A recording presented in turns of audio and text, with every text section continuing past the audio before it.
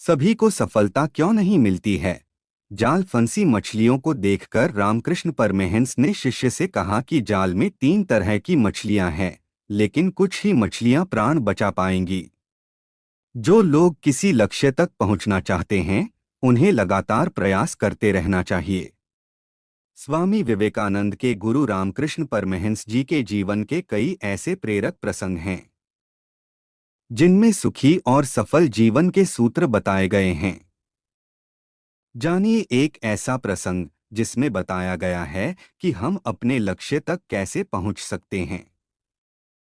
चर्चित प्रसंग के अनुसार एक दिन रामकृष्ण परमहंस अपने एक शिष्य के साथ नदी किनारे टहल रहे थे।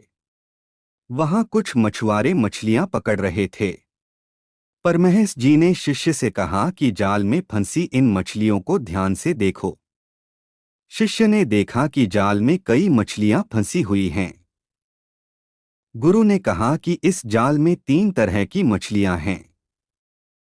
पहली, वो जो ये मान चुकी हैं कि अब उनका जीवन समाप्त हो गया है, इस कारण वे प्राण बचाने का प्रयास ही नहीं कर रही हैं। दूसरी मछलियां वे हैं जो बचने की कोशिश कर रही हैं, लेकिन जाल से बाहर नहीं निकल पा रही हैं। तीसरे प्रकार की मछलियां सबसे खास हैं, जो जाल से बाहर निकलने की कोशिश कर रही हैं और पूरी शक्ति लगाकर कोशिश कर रही हैं।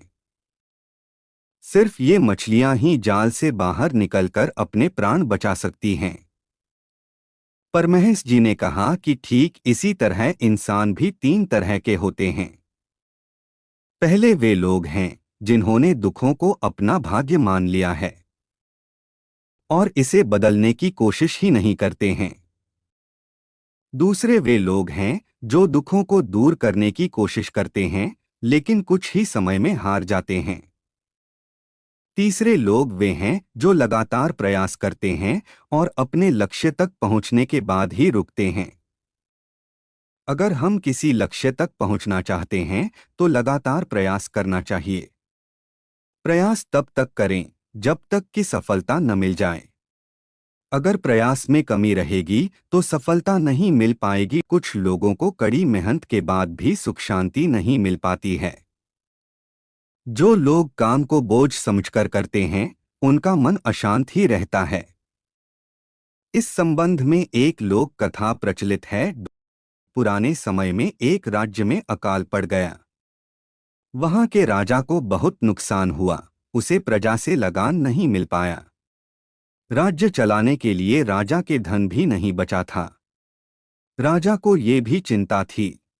राजा ने एक बार अपने कुछ मंत्रियों को उसके खिलाफ षड्यंत्र रचते भी पकड़ लिया था।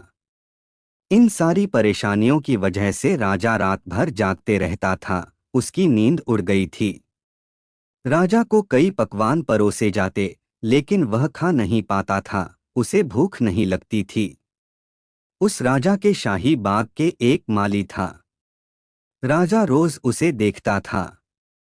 वह प्याज और चटनी के साथ रोटियां खाता था और हमेशा खुश रहता था।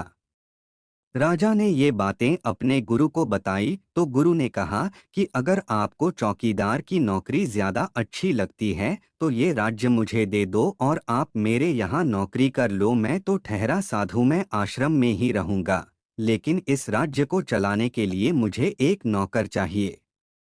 आप पहले की तरह ही महल में रहें, राज सिंहासन पर बैठें और राज्य चलाएं, यही आपकी नौकरी होगी।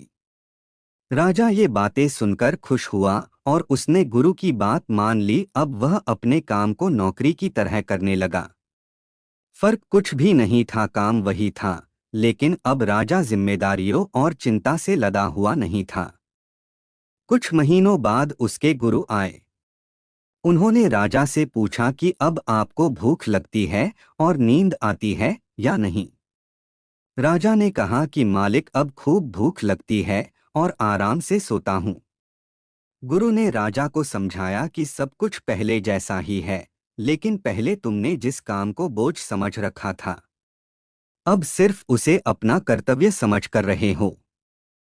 हमें ये जीवन कर्तव्यों को पूरा करने के लिए मिला है, किसी चीज को अपने ऊपर बोझ की तरह लादने के लिए नहीं मिला है।